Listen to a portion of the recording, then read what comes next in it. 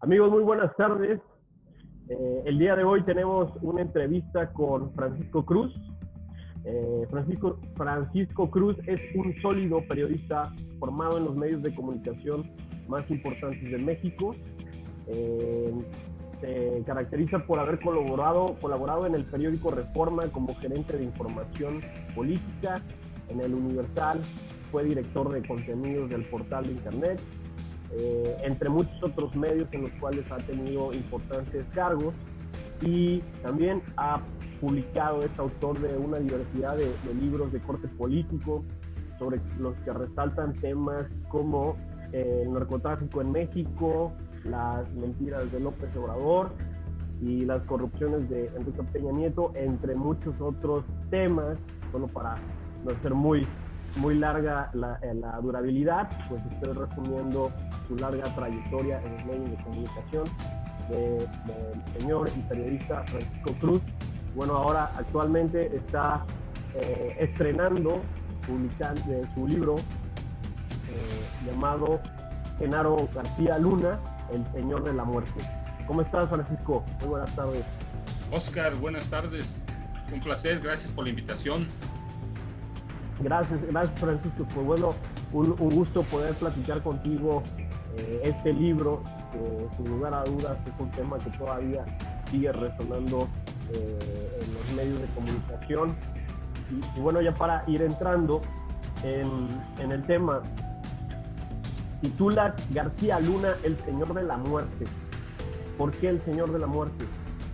No, mira, porque, Oscar, yo hoy estoy convencido, después de investigarlo, después de documentarlo, que muchas veces él se erigió en un dios, una especie de dios. Decidía quién vivía y quién quería morir. Él promovió, autorizó u ordenó aplicar, por ejemplo, a sus agentes, a muchos agentes federales, comandantes, la llamada ley del silencio de la mafia. Omertá, ¿cómo se dice? La omertá, sí, la omertá, que es la ley de la mafia, sí, el código de silencio de los mafiosos. Es un código siciliano. Claro, el código siciliano traicionas a la mafia y te mueres. Pero el libro es más que eso, la verdad, es el título que toma en parte nombre de eso, pero es un libro que hurga en los aspectos desconocidos de García Luna.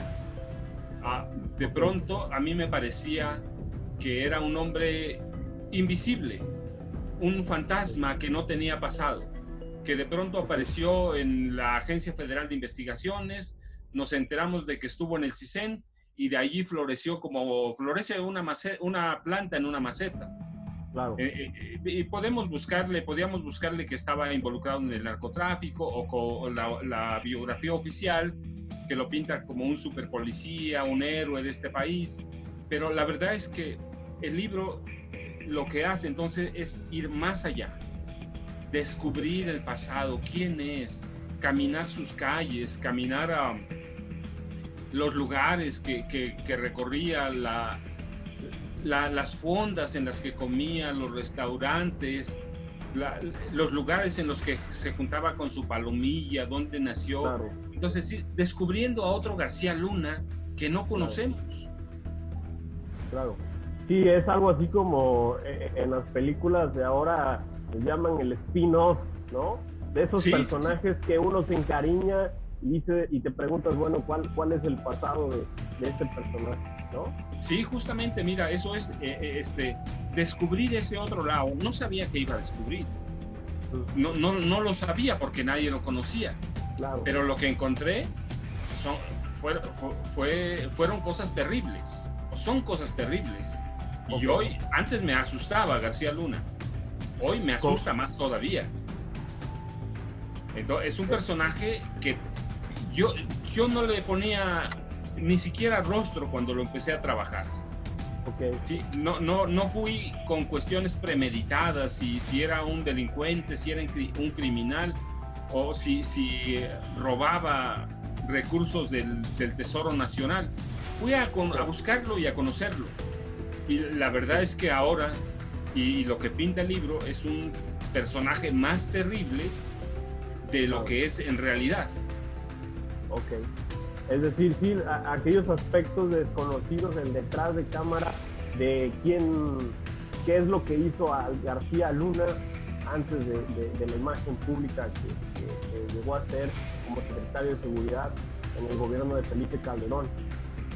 Justo, mira, justo eso era, mira, fíjate, por ejemplo, descubrí que él era un delincuente desde niño, que estaba involucrado en problemas de pandillas a los 11 años, que a esa edad, por ejemplo, fue reclutado por un grupo de agentes del servicio secreto, cuando había servicio secreto en este país, que después pasan los elementos a la federal, a la PGR, o a la Procuraduría de Justicia de Ciudad de México.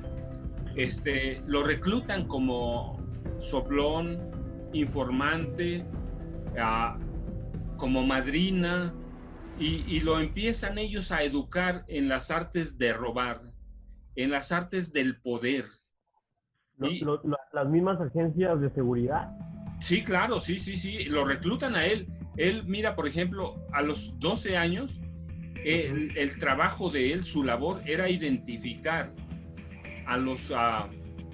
ganarse la confianza de los comerciantes ricos de la zona en la que vivía. Es un barrio conformado por 7 colonias en la Ciudad de México. Él las identificaba, las veían, luego los agentes las perfilaban, los asaltaban, los robaban, los extorsionaban, pero el trabajo de García Luna, el jovencito, era ganarse la confianza de esos personajes adinerados de esa zona. Okay. Entonces, ese personaje lo encontré a un personaje también que jugaba fútbol y que estaba un poco traumatizado porque quería jugar con el América. Sí, su papá manejaba equipos de fútbol, pero encontré al otro personaje. Para que tengas una idea, sus compañeros de primaria y secundaria lo llamaban el Chango, porque decían que siempre andaba rodeado de gorilas. Esos gorilas eran los agentes del servicio secreto que lo protegían. Encontré a un niño con traumas, con muchos complejos, primero porque era de baja estatura. Segundo, porque él no se sentía agraciado físicamente, pero lo que agravaba la situación es que desde niño es tartamudo. Hoy es tartamudo, aunque ha tomado cursos de dicción, muchos, pagados con el erario público, todavía habla con esa especie de tartamudez. Entonces fui descubriendo otro García Luna, entonces le decían el Chango, pero la gente de esas colonias, por ejemplo, el calificativo que le aplicaba era maldito. Desde joven, o sea, antes de lo que conocemos hoy. Y lo que descubrí, por ejemplo, tomando como base testimonios de vecinos, bueno, ex vecinos, ex compañeros de la escuela primaria, secundaria, lugares en los que él iba a comprar cosas, por ejemplo, papelerías o el mercado, es que le tenían temor, le tenían mucho temor y lo preferían lejos. Y para esa época, te digo, además del Chango, porque también lo seguí por sus apodos. ¿Sí? El Chango, pero le decían el Metralla también, justamente porque hablaba con ese ta. Sí, la verdad es esa. No es que sea una burla, es porque hoy nos da la idea del poder que tenía este tipo con tantos complejos. Sí, claro. ¿Sí? Ese tipo con tantos complejos que luego la gente descubrió que los perdía cuando tenía poder, el poder que le daban los agentes del servicio secreto, cuando podía ser un maldito con sus compañeros, cuando los podía golpear adentro de la escuela impunemente, cuando todos pensaban que lo iban a expulsar, llegaban los agentes y entonces el director de la escuela, los maestros, pues nunca hacía nada. ¿Por qué? Pues porque era protegido de agentes de la policía. Entonces encontré ese García Luna que todo mundo desconoce. Lo fui a buscar a los lugares en los que comía, para saber cómo era, qué comía. ¿Sí? Entonces descubrí a un personaje que es peor de lo que parece. A los 17 años había formado su propia pandilla para robar casas habitación. Y todos esos detalles van dándole forma a García Luna, el señor que nos oculta, claro. El señor de la muerte. Sí, perdón, es que estaba viendo el título de otro libro que había publicado antes, que se llama La guerra que nos ocultan. Sí. Entonces lo tenía aquí enfrente, pero el señor de la muerte va tomando forma con esos testimonios de vecinos, de viejos amigos, compañeros, de agentes del CISEN que trabajaron con él, de agentes de inteligencia de la Policía Federal bajo su mando.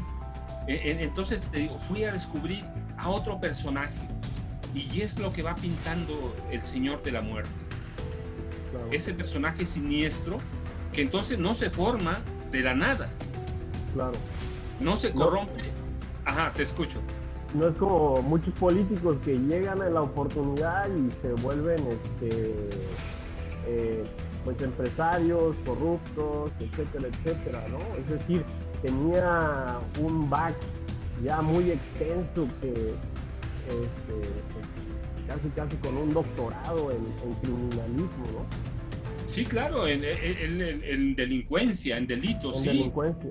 Sí, él ya venía, lo vinieron preparando, aquellos viejos agentes eran sus maestros, y cuando tuvo oportunidad formó su propia banda, su banda de jóvenes. Y por ejemplo, mira, me hacen llegar un documento, primero, no antes, su primer gran golpe lo da el 25 de diciembre de 1987. Salen de 5 jóvenes de la vivienda de los García Luna, caminan 2 minutos y medio, que es lo que yo hice caminando, trepan por la azotea de una vivienda, se meten, salen al rato cargados con costales, regresan otros 2 minutos y se refugian en la casa de los García Luna. En las siguientes horas de ese 25 de diciembre se sabe que habían entrado a robar la casa de un comerciante adinerado y que se habían llevado un botín de 250 millones de pesos en efectivo, $10,000, cualquier cantidad de centenarios, joyería fina, alhajas, y es ahí donde me estalla como una bomba. Sobre todo porque no son los dichos de los vecinos, sino que de pronto un agente viejo de inteligencia me hace llegar que hay documentación de aquel robo, y me hace llegar la averiguación previa. Imagínate, entonces yo digo, esto es una granada que va a estallar, una bomba, y eso le va dando formación al libro. Como él, cuando llega al CISEN, cobijado por los viejos agentes, sus maestros, llega con un plan definido.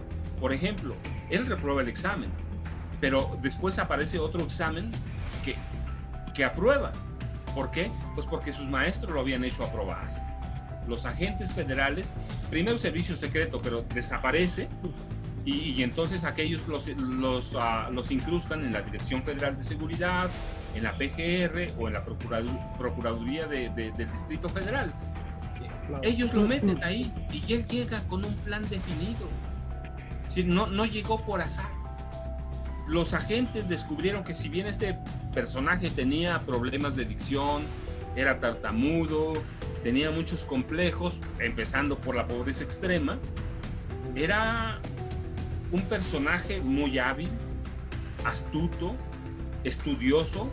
Sí, yo tengo muchos testimonios de agentes que siempre lo veían leyendo revistas o libros sobre armamento, sobre tácticas de asalto, de crimen, ¿va?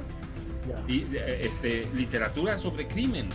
Era un tipo muy estudiado. Entonces lo que hace cuando llega al CISEN, rompe con los viejos agentes, rompe porque él ya se siente con poder, y además porque descubro otra cosa, que le disgusta la forma de hablar, la forma de vestir, le disgustan las formas de aquellos viejos agentes.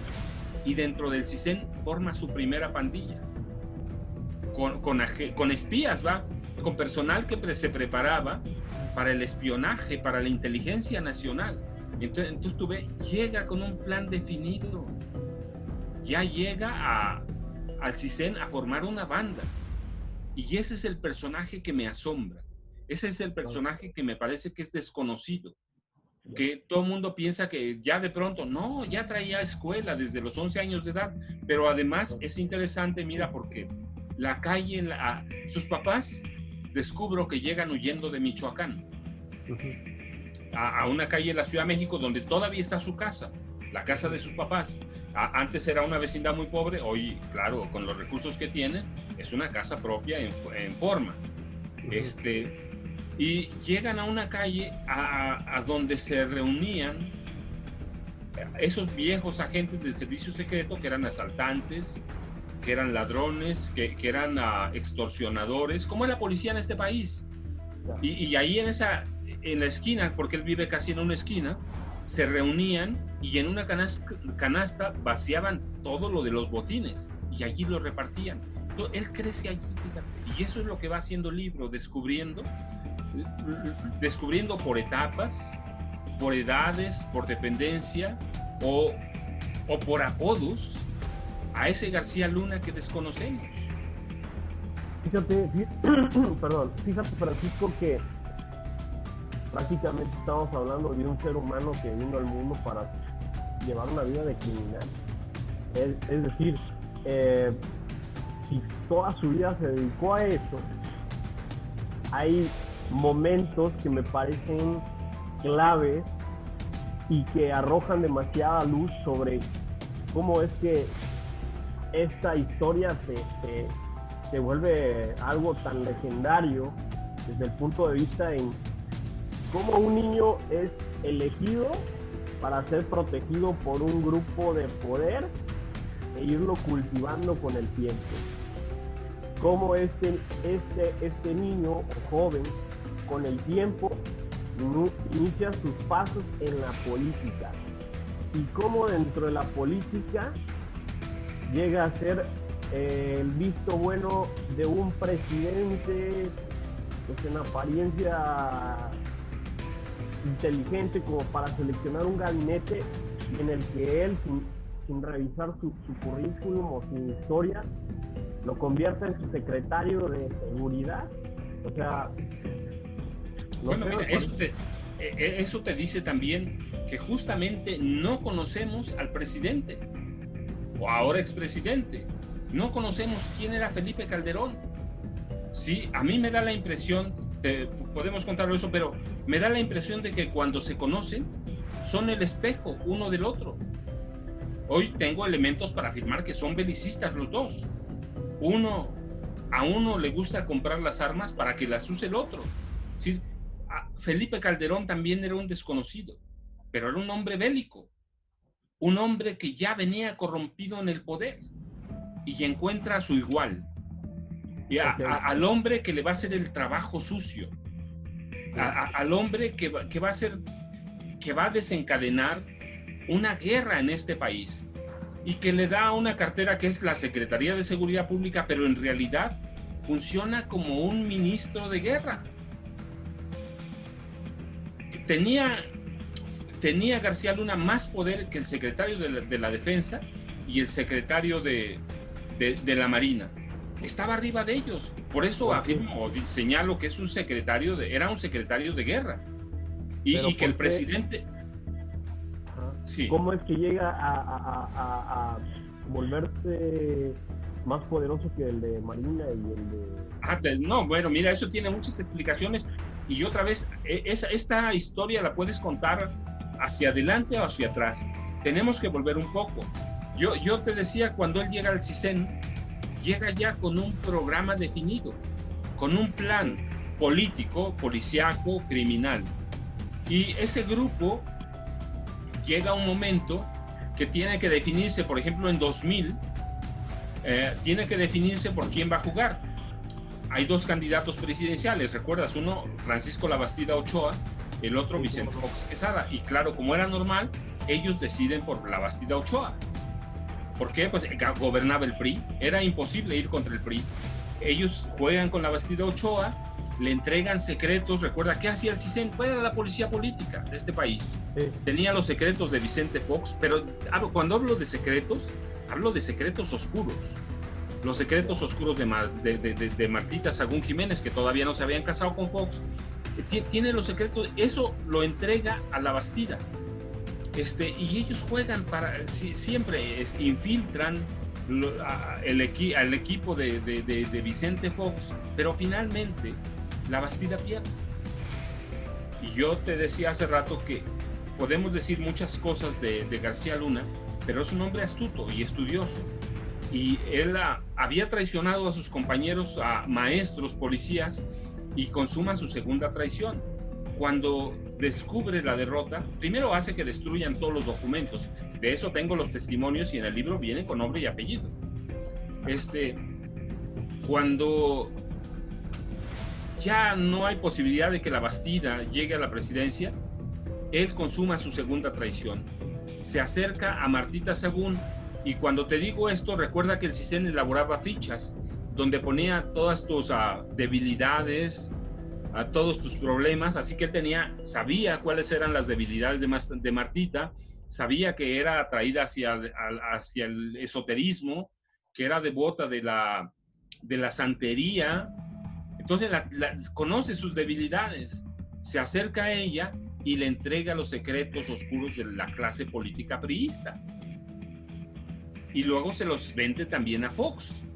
¿Y qué hace Fox? Recuerda, le crea la medida en 2001 la Agencia Federal de Investigaciones para crear una nueva policía. Y muchos le compramos el discurso, pero la realidad es que empieza a crear la policía para negociar con los narcos. ¿Sí? Y se hace un hombre muy poderoso en el sexenio de Vicente Fox.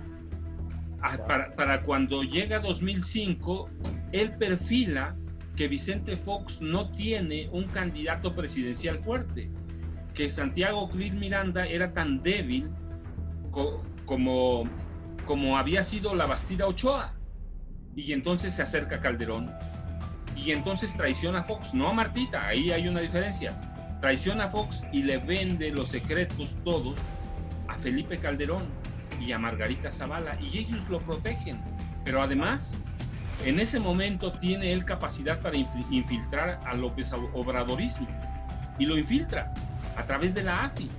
Él infiltra las grandes manifestaciones, mítines, grupos, a todo el López Obradorismo, a tal grado que recuerda que el PRD termina vendiéndose a él, porque él les conoce sus secretos.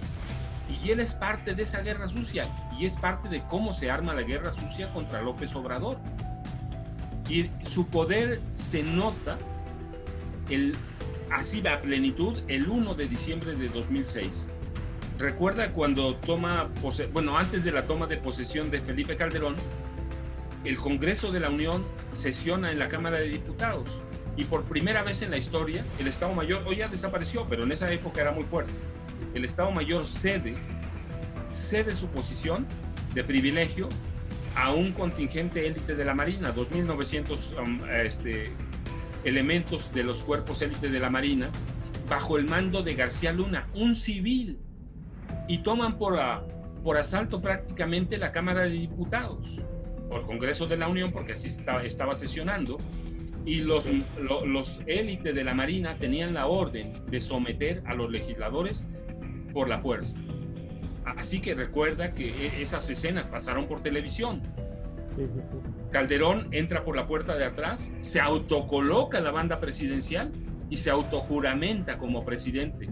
Es decir, García Luna tiene tanto poder porque gracias a él Felipe Calderón pudo ser presidente de este país. Tiene todos los secretos del calderonismo, los oscuros. Cuando yo hablo de secretos, es los secretos sucios. Entonces él tiene... Perdón, sí. Francisco, entonces, ¿cómo es posible que si él se convierte en un administrador de las negociaciones en cuanto al tema de seguridad, cómo es, principalmente hablando con el narcotráfico, sobre el narcotráfico, cómo es que el gobierno de Felipe Calderón se caracterizó por ser un sexenio digamos, de guerras civiles con el narco. No. Eso nos venden. Justamente lo que hablo es que vivimos un sexenio de mascarada, ¿sí? Combaten a un grupo de narcotraficantes para empoderar o para darle poder a otro. Sí, sí, hay negociaciones con el cártel de Sinaloa que ya son abiertas, con los Beltrán Leiva, con el Chapo Guzmán. ¿Para qué? Para darle poder a ese grupo de narcotraficantes y combatir a todos los otros. Recuerda que hay cualquier cantidad de cárteles en el país. Entonces ellos arman una guerra de mentiras. Sí, hay una guerra porque caemos, muchos civiles caen, víctimas casuales le llaman, pero en realidad están negociando con el narco, con un grupo, y le dan poder a otro. ¿Sí? Entonces es una guerra de mentira para meternos miedo, de tal forma que no decíamos nada. Recuerda, había veces que la prensa misma tenía acuerdos para no publicar ciertas notas. ¿Sí? Entonces lo que hacen es tratar de controlar el narcotráfico, el crimen organizado, que es extorsión, trata de blancas, trata de personas, a través de ciertos grupos. Ya no es nuevo, no era nuevo. Ya lo habían intentado, por ejemplo, Negro Durazo en el gobierno de López Portillo, ¿lo recuerdas? Y lo habían intentado Carlos Salinas a través de Guillermo González Calderoni, que era el superpolicía con más poder, negociando con el cártel del Golfo y con el cártel de Juárez para apoderarse del crimen organizado. No lo pudieron hacer, pero hay intentos. Guillermo González Calderoni termina con una riqueza de $400 millones cuando termina el gobierno de Salinas, huye a Estados Unidos, se entrega como testigo protegido, y ¿qué hacen? La mafia lo caza después en McAllen a través de un francotirador. ¿Sí? Ya se había intentado, no era nuevo. Lo que es nuevo es que García Luna descubrió que el crimen organizado podría controlar otros negocios lícitos, la minería, el aguacate en Michoacán, y negocia con la familia michoacana. ¿Sí? El huachicol o el robo de combustibles a través de Pemex. Ellos lo hacen, pero nos crean una guerra que entonces pensamos, ¿cómo crean la guerra si lo están combatiendo? Pues hoy sabemos que no lo estaban combatiendo. Estaban negociando con ellos y estaban tratando de que hubiera un solo cártel en el país. Okay. Y ese cártel lo iba a controlar ¿quién? García Luna. García Luna ¿con quién? Con el Chapo, con el Mayo Zambada. Él era en realidad el capo mayor. ¿Sí? E inician o declaran una guerra, pues sí, contra los otros cárteles. Así que hay una guerra simulada para meternos miedo, para combatir otros cárteles y para apoderarse del país.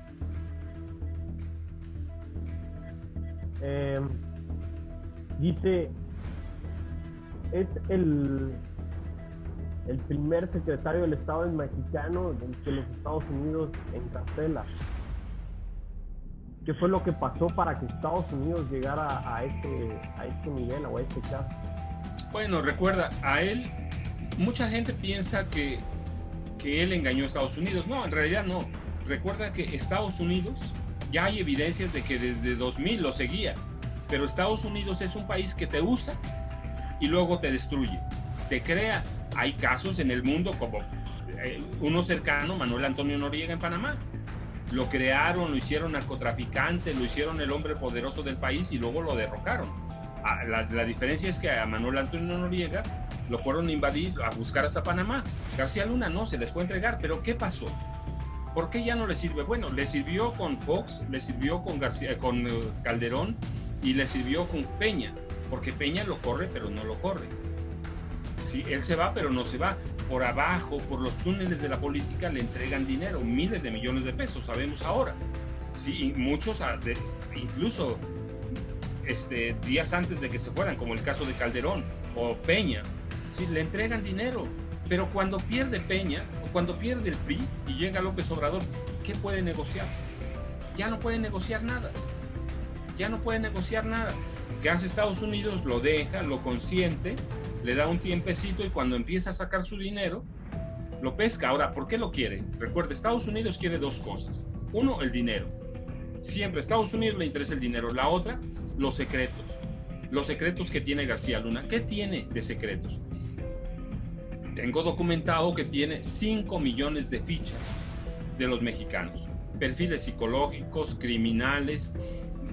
Tiene, por ejemplo, los perfiles psicológicos y criminales de 500,000 policías que había en todo el país, incluidas las policías estatales y algunas municipales de las más importantes, que había hasta 2018. Imagina, esa es una mina, pero tiene los perfiles criminales y psicológicos de los políticos más poderosos de este país, del PAN y del PRI. Tiene los perfiles de los supuestos insurgentes, guerrilleros, rebeldes, estudiantes. Tiene 5 millones de fichas. ¿Qué tiene? La verdad no sé todo lo que tiene, pero es el hombre que tiene los secretos de este país. Sí, ahora acaban de pescar al secretario de la defensa con Peña Nieto, al general Cienfuegos Cepeda, pero García Luna tenía mucho más poder. Tiene 5 millones de fichas y perfiles psicológicos de nosotros. Recuerda que tenía acceso abierto a las bases de redes de Telmex, autorizado por Carlos Slim. Así que, ¿por qué lo quiere Estados Unidos? Ya no le sirve. Oye, Francisco, pero bueno, ¿sí puede importar el secreto de doña Lupita Pérez cuando puedes conocer los secretos de Salinas de Gortari? No, él los tiene, no. Lo que te estoy diciendo, él los tiene. Tiene todos los secretos de los políticos de este país, pero los secretos oscuros. Sí, tiene 5 millones. ¿Qué tienen esos 5 millones? De todos los políticos. Estuvo prácticamente 18 años acumulando secretos. Él los tiene. Sabe qué gripa le da a qué político, sabe qué político robó qué político está involucrado en narcotráfico, qué político está involucrado en la extorsión. Sabe qué político es dueño de todos los terrenos de Hidalgo, por ejemplo. Sí, él sabe qué políticos están involucrados en el narcotráfico, del PRI y del PAN. ¿Qué le interesa a Estados Unidos? Pues sí, no le interesa a Petrita Pérez, pero él no tiene los de Petrita Pérez. Tiene 5 millones, lo de todos los políticos de este país. Así que es un hombre muy peligroso y es un mafioso. Tiene los secretos oscuros de los empresarios, mira. Claro, entre ellos Carlos Slim. Los hombres más poderosos, los dueños del dinero de este país. De quien quiera. Claro, entonces, ¿qué les importa? Eso le importa a Estados Unidos, por eso lo tienen. Te digo dos cosas, uno el dinero y dos los secretos. Yeah. ¿Y qué tiene de secretos? Solo él lo sabe, están en sus archivos personales y solo él sabe a dónde están. Okay. Oye, Francisco, pues la verdad es que por cuestiones de tiempo vamos a ir cerrando la entrevista. Hombre, por favor. Sin lugar a dudas hay mucha información.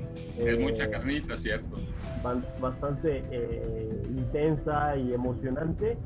Y ya nada más para conocer un poquito cómo te sientes tú referente a esa información. Es decir, ¿revelas tú algunos de esos secretos en el libro?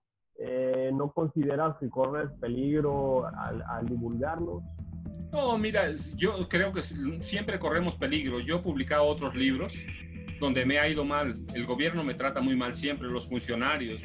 Calderón me trató muy mal, Peña me trató muy mal.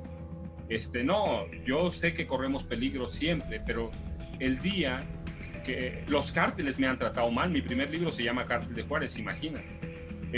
No, yo digo, cuando yo me comprometí a escribir libros, yo dije, lo voy a decir, sino ¿qué sentido tiene? Para caer en lo mismo. Claro.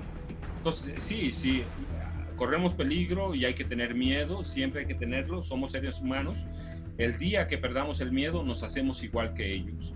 Pero hay que echarle para adelante, este país lo necesita. No soy altruista ni soy un héroe, pero soy un periodista que tiene años comprometido con lo que hace.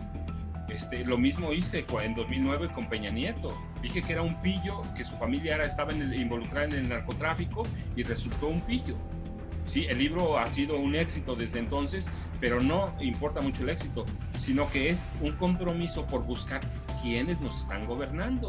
Claro. ¿Y por qué García Luna? Pues porque él tenía la firme intención de regresar a través de México Libre con Margarita Zavala Gómez del Campo. Eso lo hace más un personaje todavía. Me suena a la versión mexicana del Edgar J. Hoover. Mira, eso lo documenta bien el libro. Tengo testimonios de agentes que trabajaron con él en el sistema y en la federal. Y su modelo, y por eso era la forma de vestir, y por eso la policía cambió su forma de vestir, era J. Edgar Hoover, que controló nada más a 8 presidentes de Estados Unidos. Ese era su modelo. Él quería ser un gran espía, pero quería espiarnos a todos. Tenía intereses e intenciones políticas, ambiciones. Quería ser presidente, no lo pudo porque no le daba para más, pero espía lo podía hacer. Y su modelo, viene bien documentado con las fuentes, era J. Edgar Hoover. Pues bueno, Francisco, muchas gracias por esta charla.